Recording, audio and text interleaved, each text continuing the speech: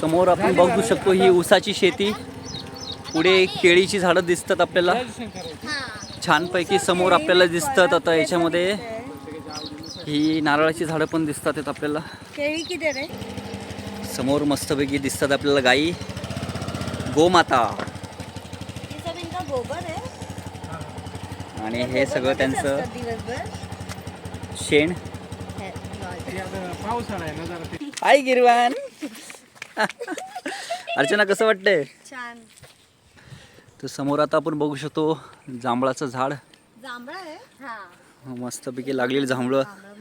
आता आपण जांभळ इकडे खाऊन मस्तपैकी जांभूळ ट्राय करूया. मंडळी हे आहे फणसाचं झाड, अजून फणस त्याला आला नाही. पुढच्या वर्षीपर्यंत याला फणस येतील. तर मंडळी समोर आपण आता बघू शकतो, काय नाव त्याचं? ओरिओ.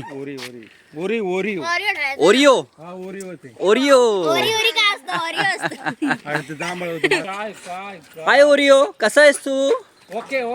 आम्हाला बघून तुला आनंद झाला? मग त्याला वाटतं मला सूट. नमस्कार, कसा आहेस तू? मला भीती वाटते ना. छान. चल आम्ही फिरून आलो, नंतर भेटू आपण. हाय कर ओरिओला. हाय. तर मंडळी शेतीसाठी हा छोटासा ट्रॅक्टर आहे, याचा वापर केला जातो. आणि हे काय? हे पण जे शेत म्हणजे हे ट्रॅक्टरला लावायचे असतात का ते? शेतीसाठी वेगळं आहे, गहू कटिंगसाठी. अच्छा, हे गहू कटिंगसाठी. आणि हे काय? हे गोल गोल हे आहे ते? ड्रिपच्या नळ्या गुंडाळण्यासाठी. अच्छा, ड्रिपच्या नळ्या. हा, ड्रिपच्या नळ्या. ओके. वेब सिरीज मध्ये गिरवान, छान. तर हे पण आता बघू शकतो ट्रॅक्टरला लावून ही छोटी बरीचशी अशी अवजारं आहेत. याच्या सहाय्याने मस्तपैकी शेती केली जाते. पहिला बैलांच्या मदतीने नांगराला झुकून शेती केली जाते, आता ॲडव्हान्स पद्धतीने शेती होते. तर हे कोणतं आंब्याचं आहे? हा कोणता आंबा आहे? केशर का काहीतरी असं, पण काय डोक्यात मला आठवत नाही नक्की. अच्छा. तर मंडळी हे आहे शेवंती. शेवंतीची शेती केलेली आहे या महेंद्र दादाने, खूप छानपैकी. किती म्हणजे 10 गुंठ्याचा आहे हा पट्टा? 10 गुंठे. आणि कधीपासून ही शेवंती करताय तुम्ही? शेवंती तसं 5-6 वर्षापासून.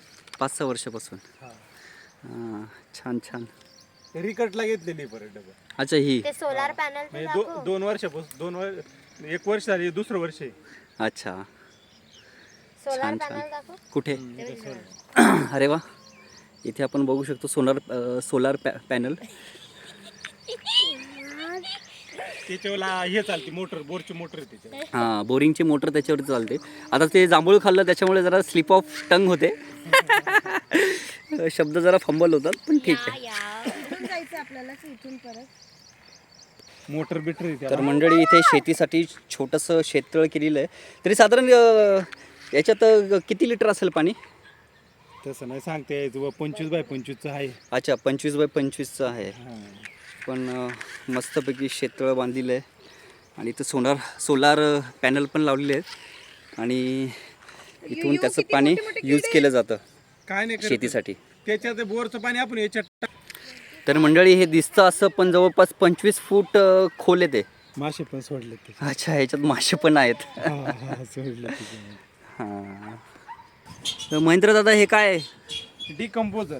मग हे काय म्हणजे शेतीसाठी काय ते खत म्हणून यूज होतं का? हो, खत म्हणून जमीन भुसभुशीत होती. अच्छा.